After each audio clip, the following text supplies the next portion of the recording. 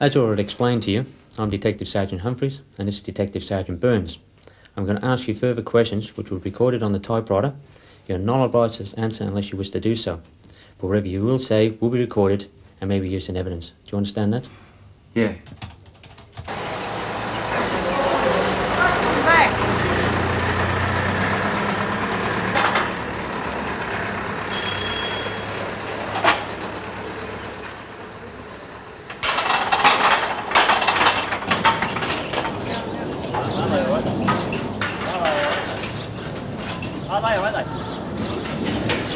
Okay, let's roll. See what we got. Snell. Sir. Teamster. Sir. Gillard. Sir. Lamb. Hernandez.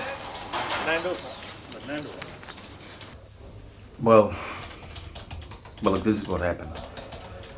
I just started at the jail as a nurse, and one of the inmates approached me for treatment for a headache. Oh, you're new. Yeah. Well, welcome to the mansion of hopeless despair. Oh, it's not that bad, is it? No, not if you get to leave those gates every day, it's not. Fair enough. You want to see the doctor? No, mate, same old problem. Nothing much he can do. Bit of Panadine to sort me out, but... I do. Now, I know I was breaking the rules then. I should have made him wait and see the doctor. And I was told about this sort of situation before I started the job. The dangers of the inmates and prescribing without consent. But I thought, just a couple of Panadine. What the heck? Two Panadine? Should do the trick if it doesn't come back and see the doctor. Mate, two Panadine won't even put a dent in this headache. You want more? Oh. How many times do I have to go through this? I want 2 for now, 2 for 4 hours later, then 4 after that. I know my headaches and I know how to cure them. I think you better see the doctor. Look, why did the other nurse have to leave? She never put me through this. She was a terrific woman. Everybody respected her. I can't give you handfuls of Panadine. Look, you're new here. Tight as a cold spring. But you'll feel better when you relax and learn the difference between Panadine and heroin. Look, I feel fine, mate. You're the one with the headache. Yeah, and it's not getting any better standing here arguing. I feel like my eye's gonna burst out of the back of my brain. You settle down, mate? Yeah, all right, sweet. Sit down. Sit down. Look, I'm sorry if I've been a bit grumpy to you on your first day. It's just that, it's bad enough being in here with a headache. And when you find out you can't get enough Panadine. I mean, they really know how to punish a bloke when they make these rules, don't they? You know what I did? Bit of embezzlement. Well, I was just your average businessman and I had an unlucky day in court and here I am. Yeah, I'm living in constant fear. Surrounded by a pack of bloody vicious idiots. I mean, it's no wonder I've got a headache. And then to find out you can't even get enough Panadine. Oh well, I'll be out in a month. Yeah, I'll be able to add this to my list of amazing torture stories to tell my friends at dinner parties. All right. Oh, thanks, mate. You go to the top of my list. Good on you. I guess I did it just to get rid of him in a way. I mean, it just seemed harmless to me, a couple of Panadine. Mike, isn't it? How's it going? Pretty good. I see you met Harry. You want to watch him? Seems a nice enough bloke. He's getting out in a month. I don't think he'll ever get out. But he's only in for white-collar crime. Yeah, that's what he was in for. But since then, he's taken to attacking people. Killed a fellow. Hit him with a weight from the gym. He killed an inmate. An officer. I first became a prison officer in April 1986. I worked at Mullawa Women's Prison and I transferred to a male prison in September 1986. I observed lots of visitors coming to visit these men with little children and didn't think in a million years that I could ever get involved with a prisoner. Yeah, she's not bad looking, is she? Yeah, she's new, isn't she? Yeah, she's brand new. Spanking new. All right. We'll leave you there. Come down and smoke some cigars later. Sorry about that, mate. Yeah. All right. You ready? Okay.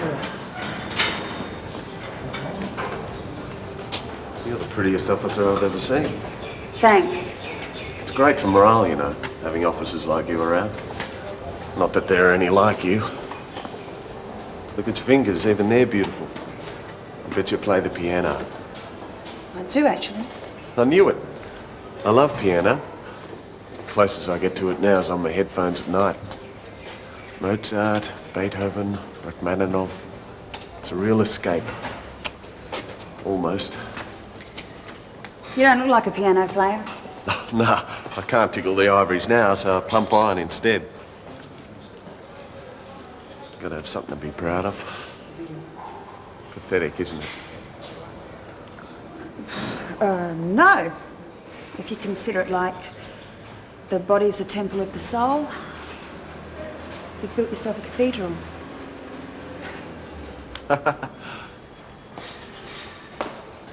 As intelligent as you are beautiful.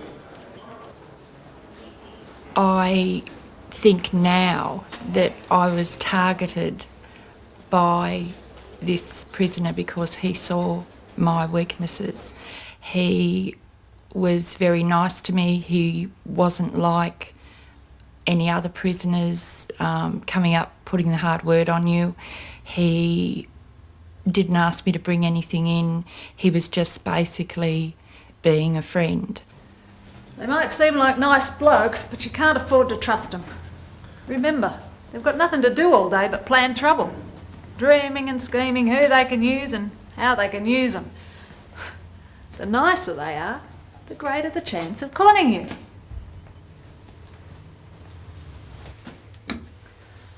Good people have lost their jobs because they've been tricked by an inmate.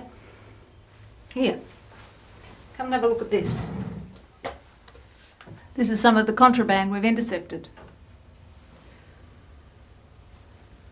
Alcohol, drugs, letters, condoms, syringes, homemade weapons, cake. Cake? This is in it. Some workers think they're doing the right thing, bringing in syringes, think they're stopping AIDS, but they're not looking at the whole picture. A blood-filled syringe is a terrifying weapon that can be used against any worker or inmate. If an inmate has got hold of a syringe, they can sterilise it with bleach. There's simply no need for syringes in the system. Inmates know it's the wrong thing. Once a worker hands over anything contraband, they're in a blackmail trap, and that worker becomes a serious security risk within the jail system. Penny, I'm so glad you're in today. I really needed to talk to you. How come? Well, no one else would understand what it's like for me in here, you know? I've been feeling so depressed, almost like doing myself in. Look, it's not my fault I'm in here, you know? I'm not your usual prison scum. I can see that.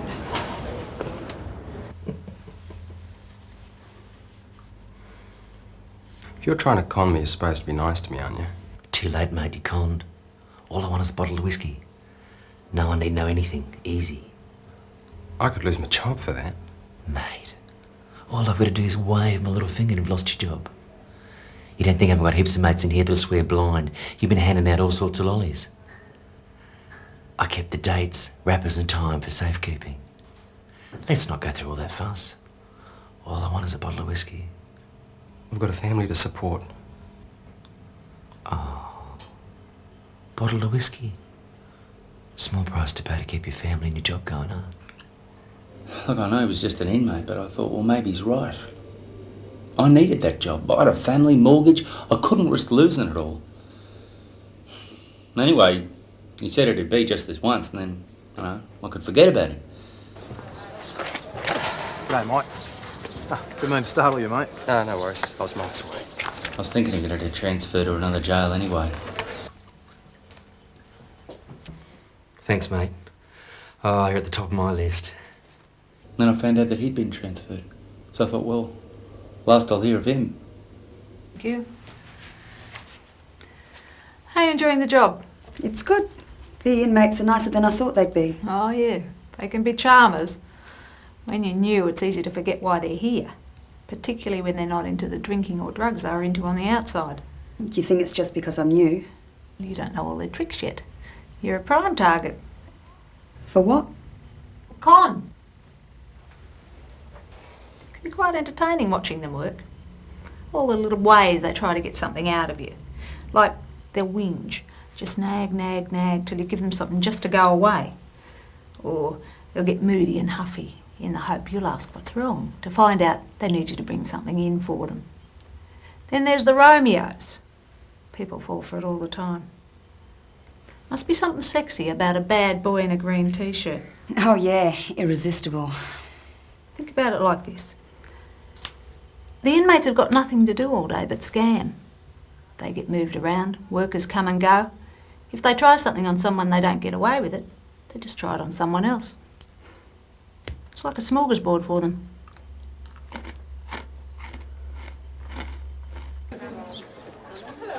Well, about 8 months later, the same inmate was back in the jail. He turned up at the clinic and demanded a bottle of whiskey. He threatened me. He physically threatened me. And he also said that he'd expose me. But look, I was at the point of no return.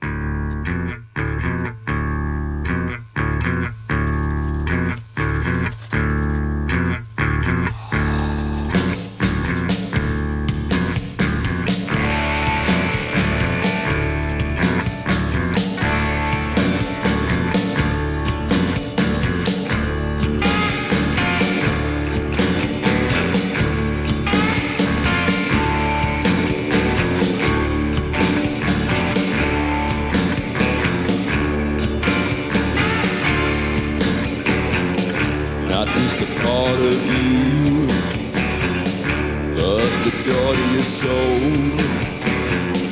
I wanna walk right through to meet the real you. The door I like going through. Other side.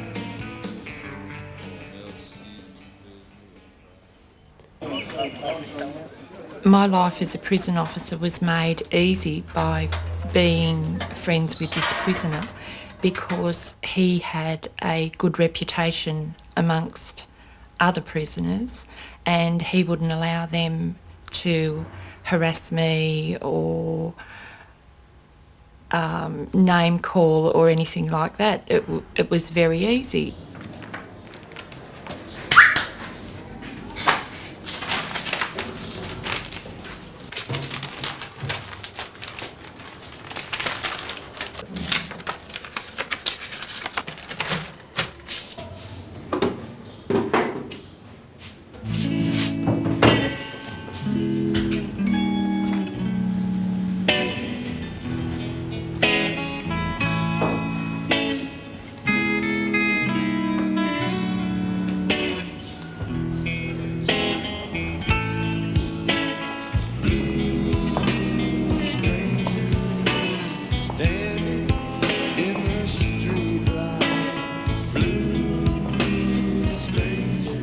Yeah, I know how you feel. My dad used to drink. It was hell. Playing the piano was the only way I could escape.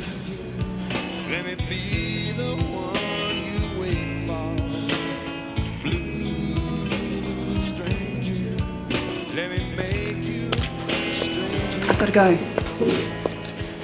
Good range of music, Bob.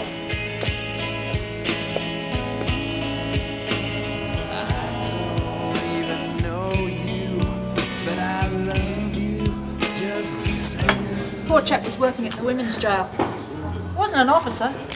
I don't know, I think he was a volunteer or something. Anyway, a group of inmates got the prettiest girl to seduce him. Just romantically, not sexually. And she got him to bring in marijuana. And he got prosecuted and it was a setup. A love technique, we call it. I heard about a male prison officer who actually had a sexual affair with a female inmate. Another disaster. Really? What happened? Well, he's lost his job, he's banned from entering a jail again, and she's still inside. Hardly a happy romance. You've got to know where to draw the line. They target people who are lonely and unhappy, who've had a marriage breakup. You know, a lot of workers come from dysfunctional families themselves and can be codependent without realising. Oh, what? Codependency. I'll lend you a book about it if you're interested. An inmate can hook a codependent worker by making them feel special, saying things like, I really needed to see you, or you're the only one who understands. But anyone can get sucked in if they're not careful. You've got to take all that stuff with a grain of salt. Be particularly careful about what you tell them. Like, you know, if you ever had an alcohol problem or whatever, inmates tell each other all sorts of strange things. Don't even tell them what suburb you live in. Come on, Buster. If an inmate asks you personal details, just say, you don't need to know that. They probably get shitty because you're not playing the game.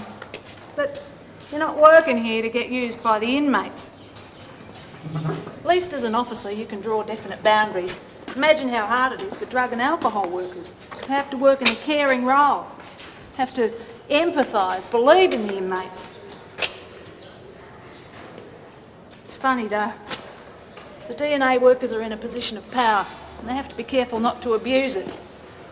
The inmates are in a vulnerable position. I thought the inmates were the tough guys. Well, what if a drug and alcohol worker encourages a prisoner to become emotionally attached? Well, what happens when that worker leaves the jail? The inmate could be devastated. Do you know what I mean? I think there are prisoners in the jail who honestly believe that they have feelings for workers, be it a prison officer, a welfare officer, a psychologist. But I think you really have to take into account their background, where they are at the moment. A lot of these people have just lived a manipulative life. They don't know any other way. They just, all their feelings, I believe, are clouded by what's happening around them. Yeah, mate. Come and join me for a drink to celebrate. I got him a beauty this time. How's your scam going? Reckon she can be petted? And how, mate? She's hungry. Well, what do you know about her? Oh, listen, that, mate. Heard the screws and the professional workers gossiping around the place. She's nearly separated from her husband. One of the blokes over here is playing Guns N' Roses. She said she hates that sort of music. Only likes classical, so I told her I'd love to play the piano. Mate, she's ripe for bleeding dry. Go for what you can and get it while you can, that's what I say. Nothing less than I deserve. Bloody stupid bush pig.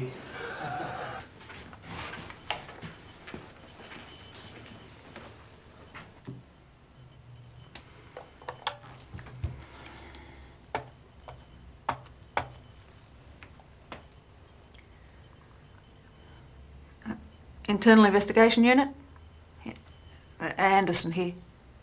I have some concerns I'd like to talk to you about.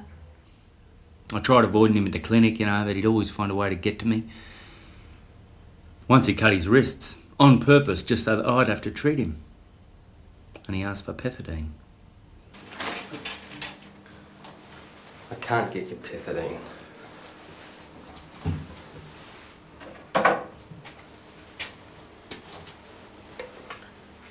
It has to be signed for. Everybody loses something sometime. Lose some.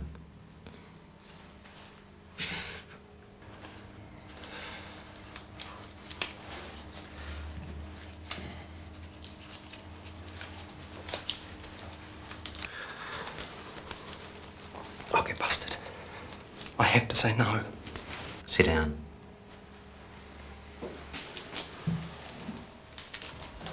You'll get busted, all right. You get your brains busted against a brick wall. Yeah. Nice way for your family to remember you, hey? Lose some pethidine. Or grow some eyes in the back of your head. Lose something. Ma'am? Come in. I was wondering if I could borrow that book on codependency. Sure. By the way, when we were chatting before, I didn't mean to imply that codependent people are the only people who develop inappropriate relationships with inmates. You'd be surprised. We've even caught reverends smuggling things into the jail. What would a reverend smuggle into a jail? One was visiting a Chinese inmate who worked in the kitchen. He was smuggling in Chinese food. I suppose he thought he was doing the right thing. Acted as guilty as sin when we caught him, though. And how'd you catch him? Oh, little or nothing happens in a jail without someone knowing. Too many eyes and ears. Inmates gossip and brag and put each other in like you wouldn't believe. Someone tipped us off, so we watched him and caught him. What about if a worker found themselves developing a romantic attachment to an inmate? Or an inmate developed a crush on a worker? What could you do about that? And you wanted to keep your job? Yeah. Talk to your senior officer. Look at your options. Small. Reynolds. I think for anybody who feels some attraction to a prisoner for whatever reason should go and talk to a friend or somebody they can trust, bounce what you're feeling off them, get their opinion, just, get a reality check on yourself. It'd make me so happy. I could lie in bed at night and listen to it and think of you. But I can't bring you in anything. Not even a cassette tape. You could if you loved me. If you loved me, you wouldn't ask. Nah, she's getting snooty. If she doesn't start being nice to me real soon, I'm gonna dump her and work up another one. Yeah, mate. I mean, she's pretty, but who needs a time waster? Old Mickey's ticking over quite nicely. I should be getting my pet this afternoon. You beauty!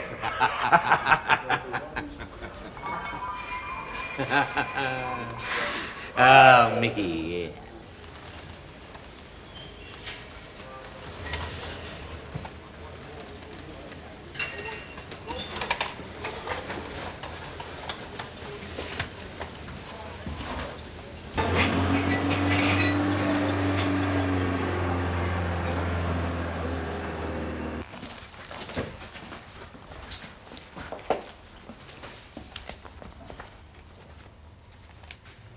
Good boy, hand it over. Just leave me alone now.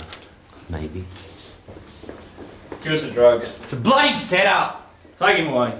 Hoodlag! Bastards! Well, if it isn't Detective Sergeant Verbal. Michael, I'm from the Internal Investigation Unit. This is Detective Sergeant Walsh and Detective Sergeant Callahan from the police. Michael Collins, you're under arrest for supplying an inmate, Harry Johnson, with drugs. You'll be taken to the station where you'll be interviewed. You're not obliged to say anything, but whatever you say may be used in evidence. No telephone calls, no TV, no buy-ups, no sports or activities. Take him away. Right back. Come on. Come on. Come on, mate. I became aware that the prisoner I was involved with was going to be moved to another prison, and I felt that I wanted our friendship to continue. I was aware that it shouldn't continue, that I can't visit him, I can't contact him, he can't contact me. I then decided to put in my resignation, which I did. Seeing as how my resignation was already in and I was leaving the job anyway, I wrote him a letter. He contacted me by phone at home, and before I was due to leave the department, I was investigated by the Internal Investigation Unit, who had intercepted the letters and questioned me on the relationship and numerous other things that were mentioned in the letters. Penny, I'm being tipped. Really? You all right to me? Can't do that, Bob. But I love you. It's inappropriate. I'm a prison officer, you're an inmate. Inappropriate.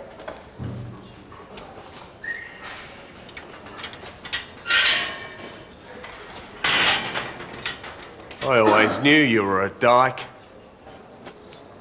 As intelligent as I'm beautiful, right? Look, you're no fool, neither am I. Keep working on that temple. One day you might have a soul to go with it. You bush pig!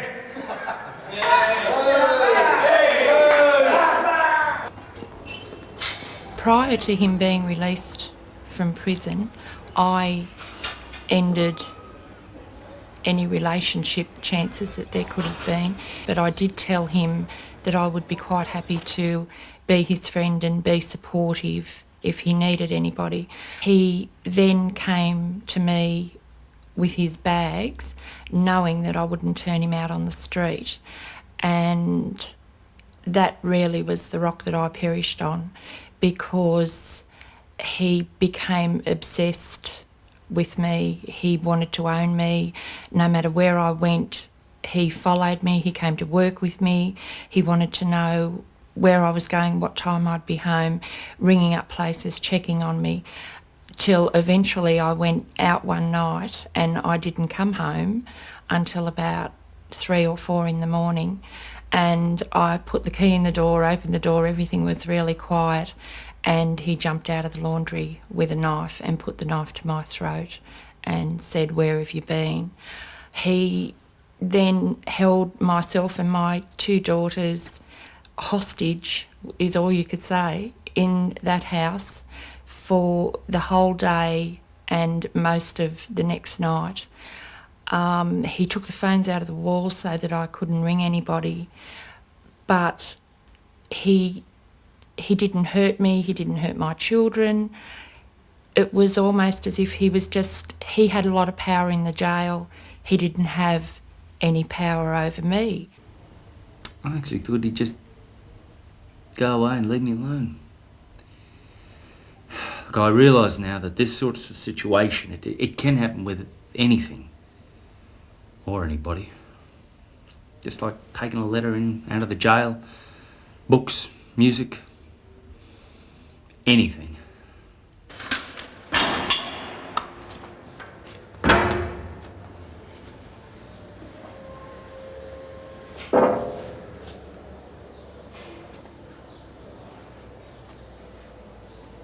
Very good boy this time, Harry.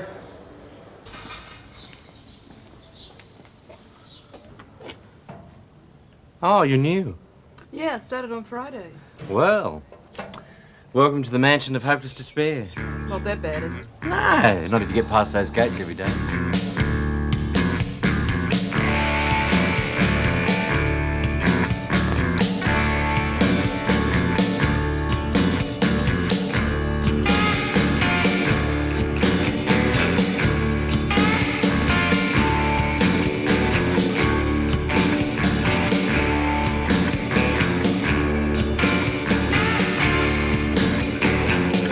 Not just a part of you, but the God of your soul. I wanna walk right through to meet the real you. The door I like going through. See you on the other side. No one else sees and fills me with pride.